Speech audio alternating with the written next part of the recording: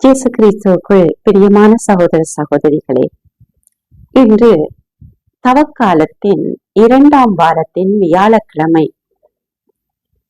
இயேசுவின் பாடுகள், மரணம், உயிர்ப்பை தியானித்து இந்த இயேசுவினுடைய 40 நாள் அனுபவத்தினை நாங்களும் பெற்றுக்கொள்வதற்காக இந்த தவக்காலத்தில் பயணம் செய்து கொண்டிருக்கின்றோம்.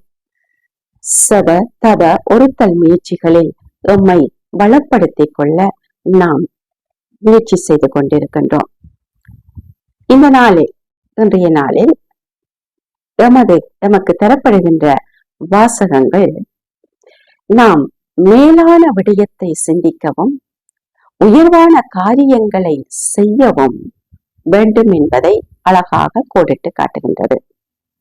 இன்றைய நாளுக்கான 2 வாசகங்களில் முதலாவது வாசகம் எரேமியா நூலிலிருந்து எடுக்கப்படுகின்றது. இறைவாக்கினர் எரேமியா மக்களுக்கு அறிவுரை கூறுகின்ற பொழுது அங்கு இறைவனுடைய வார்த்தையை எடுத்துச் சொல்லுகின்றார். ஆகவே இறைவன் எரேமியா இறைவாக்கினர் ஊடாக தன்னுடைய மக்களுக்கு கூற வேண்டிய விடயத்தை கூறுகின்றார். ஆண்டவர் மீது நாங்கள் நம்பிக்கை கொள்ள வேண்டும். அனைத்து உலகத்தையும் படைத்து ஆண்டு வழிநடத்தி வருகின்ற இறைவன் மீது எமது நம்பிக்கை இருக்க வேண்டும்.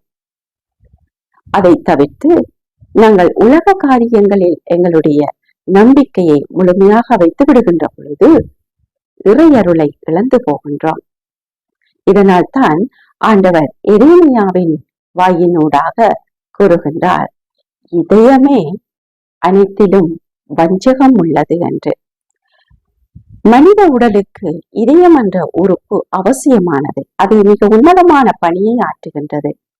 ஆனால் இந்த இதயத்தை நாம் பாதுகாக்காவிட்டால் அது நம்மை நரகத்துக்குள் தள்ளிவிடுகின்றது. உயரிய சிந்தனைகளாலும் செயல்களாலும் நமது இதயத்தை நாம் அலங்கரித்துக் கொள்ள வேண்டும். அப்பொழுது அது நம்மை ஆபிரகாமின் மடியில் உன்னத நிலைக்கு மறுவாழ்வுக்கு நம்மை இட்டுச் செல்ல ஏதுவாக இருக்கின்றது.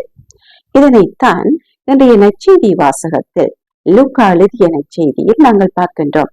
இயேசு அழகான ஒரு கதையை சொல்லுகின்றார். பணக்காரனும் ஏழை லாசரும்.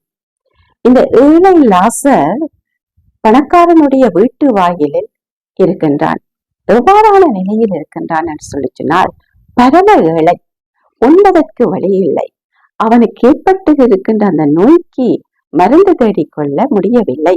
அவனுடைய உடலில் புண்கள் அழுகி அவற்றை நாய்கள் நக்கும் அளவுக்கு ஒரு கீழ்த்தரமான ஒரு கேவலமான நிலையில் இந்த பணக்காரனுடைய வாழ்வில் இருக்கின்றதை நாங்கள் காண்கின்றோம். இந்த பணக்காரன் தன்னுடைய உழைப்பின் அல்லது தன்னுடைய பரம்பரை சொத்தாக இருக்கலாம், அவன் தன்னுடைய வாழ்க்கையை அழகாக கொண்டு போய் கொண்டிருக்கிறான். சந்தோஷமாக அவன் கொண்டு போகின்றான். தன்னையும் தன்னை சார்ந்தவர்களோடும் தனது சொத்துக்களை அவன் அனுபவித்துக் கொண்டிருக்கின்றான். தனது வாயிலில் இருக்கக்கூடிய இந்த ஏழை லாசரை அவன் பார்க்கவில்லை. அவன் அந்த தேவையில் இருக்கின்ற அந்த லாசரை காணவில்லை. அவன் வாசலால் போகின்ற பொழுது பார்த்திருக்கலாம், லாசரை பார்த்திருக்கலாம். ஆனால் அவன் அவனை கண்டு கொள்ளவில்லை. பணக்கார இந்த மனிதர் தன்னுடைய சொத்துக்களை இந்த உலகில் நன்றாக அனுபவித்து ஆளுகின்றார். இறப்பு வருகின்றது. இறப்பின் பின்னால் இந்த பணக்காரன் நரகத்தில் துன்பப்படவும், ஏழை லாசர் இவனது வீட்டு வாயிலில் இருக்கக்கூடிய அந்த ஏழை லாசர் இறந்த பிறகு இறைவனுடைய பிரசன்னத்தில் வாழக்கூடிய ஆபிரகாமின் மடியில் அவன் நிம்மதியாக இருப்பதை, அமைதியாக இருப்பதை காணுகின்றான். கலக்கமடைகின்றான். இவ்வுலகில் எந்த கெடுதலும் செய்ததாக இங்கு இறைவசனங்கள் கூறவில்லை. ஆனால் அவன் செய்த கெடுதல் தனக்கு அருகில் இருக்கக்கூடிய தேவையில் இருந்த அந்த ஏழை லாசரை அவன் கண்டு கொள்ளவில்லை.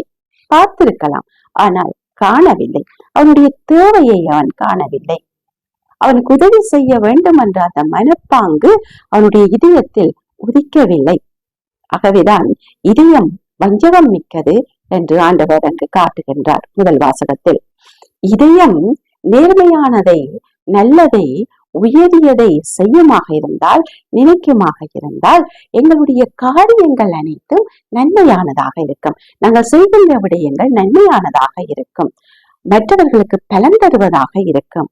ஆகவேதான் இறைவன் எங்களுடைய எண்ணங்களும் சிந்தனைகளும் எங்களுடைய செயல்களும் உயரிய தன்மையை கொண்டதாக இருக்க வேண்டும் என்பதை கூறுகின்றார். இதனால் நாங்கள் மறுஉலக வாழ்வை எமது சொத்தாக உரித்தாக்கிக் கொள்வோம். ஆகவே நரகத்துக்குள் நாங்கள் கிடந்து அவதிப்பட தேவையுமில்லை. மற்றவர் எம்மை விட ஆபிரகாமின் மடியில் இருக்கிறார் என்பதை பார்த்து நாங்கள் பொறாமை கொள்ள வேண்டியதும் இல்லை, தவிக்க வேண்டியதும் இல்லை.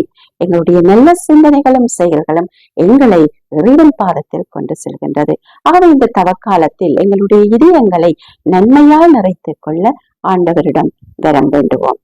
தந்தைக்கும் மகனுக்கும் தூய ஆவியாருக்கும் மாட்சிமை உண்டாகுக. தொடக்கத்தில் இருந்தது போல இப்பொழுதும் எப்பொழுதும் என்றென்றும் இருப்பதாக. ஆமேன்.